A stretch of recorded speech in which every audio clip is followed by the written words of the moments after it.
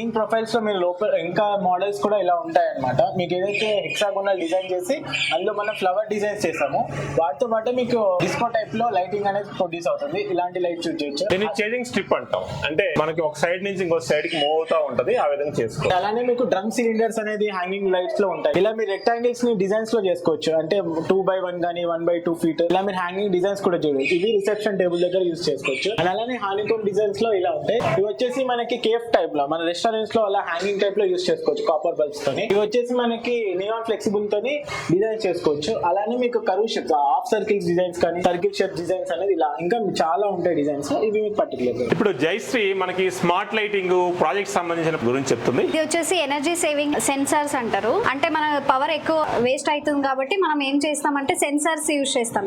ఇప్పుడు example washroom ఉంటుంది, corridor ఉంటుంది, అక్కడ మోషన్ సెన్సార్ యూజ్ చేస్తాం.